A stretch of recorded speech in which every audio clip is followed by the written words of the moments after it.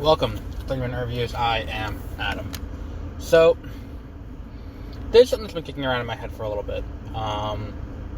Today I'm recording this, I went to Barnes & Noble because my sister's birthday's coming up, and they have a big section of board games. She really likes board games. So, I went to get her this cool, kind of like stained glass looking game, called, Start. I don't know how to pronounce that. Just a little bit. The font is hard to read, and it's upside down. And I don't want to make too much noise because I'm recording a podcast.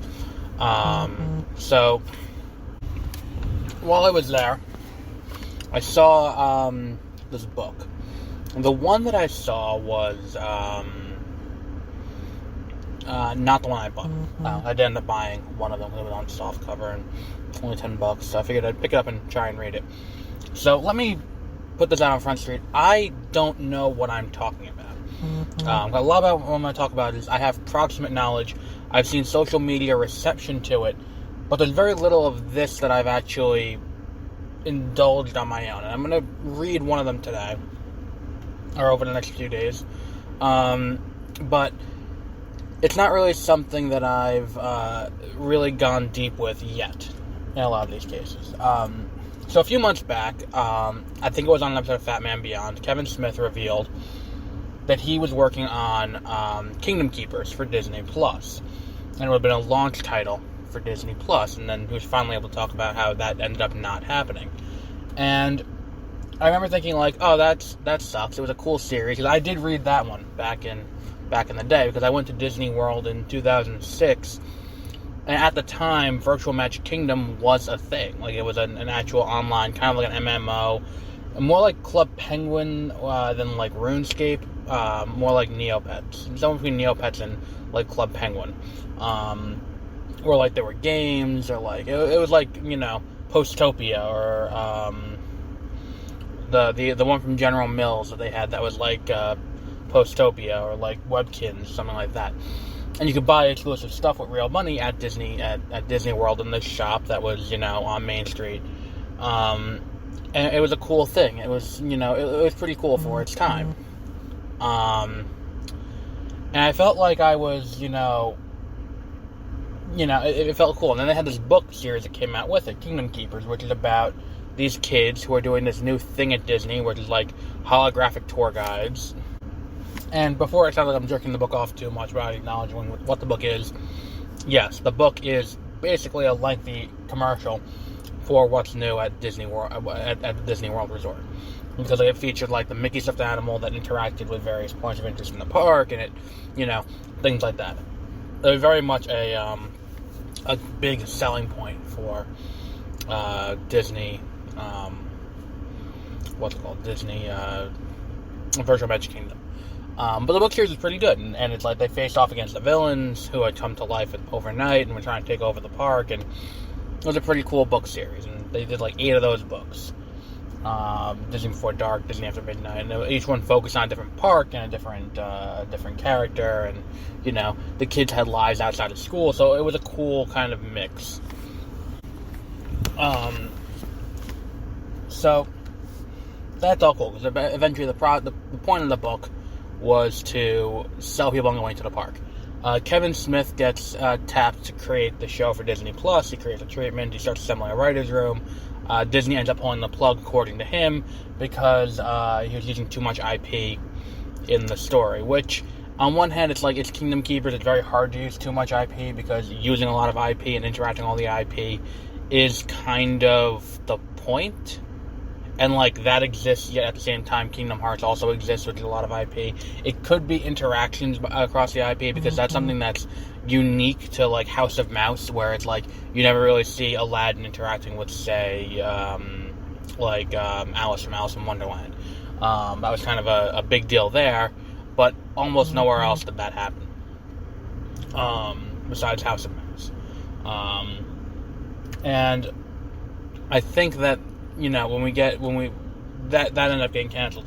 But at the end of the day, I think it's going to end up happening.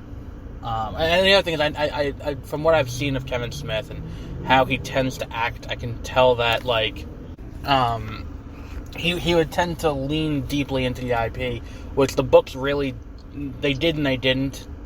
The IP was there, and it was kind of like a garnish, but it wasn't the focus of the series. The focus was still the main characters, and, you know, their lives outside of school, them balancing their lives, kind of like in a superhero kind of way, where it's like they got the hidden line, the online, you know, persona, the persona in the park, and then there's the persona, you know, in real life, and it's kind of that delicate balance that they're trying to maintain. And I really think that we're going to come to a day where Disney does attempt to adapt this again. I don't think this is dead. I think the iteration that Kevin Smith was working on is dead. I don't think this specific one, this specific this show being made is dead. Because if you look at what Disney's done recently, and this brings you back to what I bought at Barnes & Noble, if you look at what they've done recently, they've really got to focus on their villains. Their villains really are a sticking point, because if you look at like what they have out there, it's like some of the most popular something that's really popular. I don't know if it's most popular or anything like that, but one of the more popular things coming out of Disney Channel is The Descendants, which is a series about the children of, you know, Disney villains like Jafar's son and Ursula's daughter, and, you know, all these people. Which Jafar's son's a disgusting thought, because that means someone fucked Jafar at some point. But notwithstanding that, like, there's that. There's this, like, obsession with, like, you know, Darth Vader, with, you know, Thanos, with all these other characters. Villains get a huge showing at Disney around Halloween in the parks. What else is there? There is there's a book series of, you know, the stories of the villains, like backstory for the villains, almost Wicked-esque backstories for, like, Cruella de Vil and for all these other characters. And then there's these that have come out now. They're called Twisted Tales, and this is what I picked up today.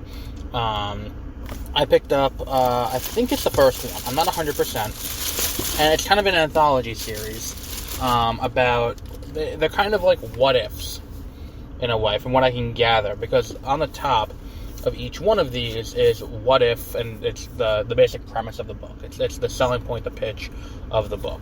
So I have here As Old as Time is the one I picked up, and the premise is, what if Belle's mother cursed the beast? And looking at the back cover, there are a few others. A Whole New World, which is what if Aladdin never found the lamp? Once Upon a Dream, what if the Sleeping Beauty never woke up? Reflection, what if Mulan had to face the underworld? Had to travel to the underworld. I saw that one and I read the concept. It's pretty cool. I do like... that one was one that I almost picked up. Conceal, Don't Feel. What if Anna and Elsa had never met each other? Mirror, Mirror.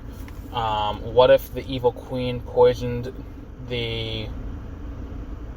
I can't read the last word because it's very small on the back cover of the book. And then Straight On Till Morning. Poison the Prince. And then Straight On Till Morning, what if Wendy first traveled to Neverland with Captain Hook?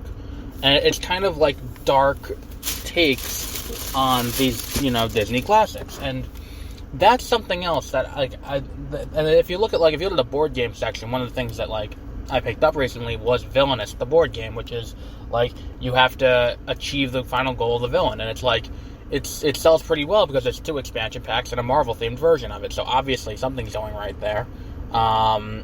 So it's interesting to see them really leaning into the villains aspect. So I think Kingdom Keepers is going to end up happening eventually. Maybe not now, maybe not in the near future, but it will eventually happen because there will be people who are nostalgic for it, people who want to see it. I think what's more likely is, especially considering this animated, series we got going, like, Disney seems to be fine with doing these what-ifs, because it's like, what if is a big Marvel project coming? Chadwick Boseman's final credit as Black Panther, and possibly final credit ever, will be in What If. When it's what if T'Challa was the one who was abducted instead of Peter Quill in Guardians of the in the Guardians of the Galaxy episode, or the Black Panther episode. It's one of those 2 episodes. And it's like, there's that happening. There's Marvel. It's not Star Wars. It's not really a what if show, but it's kind of like a show that exists outside of continuity. I think it's called Forces of Destiny, which it has, all these characters interacting. It mainly focuses on the female characters, but I think, like, it even includes, if I remember correctly, Jaina Solo, who is not canon anymore, but still appears in the show. And it's like, Rey is interacting with Padme, despite being separated by, like, 50 years of time between her death and, Rey's birth. It's like, it's just this cool, like, we have all these hypotheticals, let's, use animation and bring them to life, and let's see what happens. So, like, I think that in that world, we're going to get Kingdom Keepers, especially because it's very villain-centric, and it's very villain-oriented.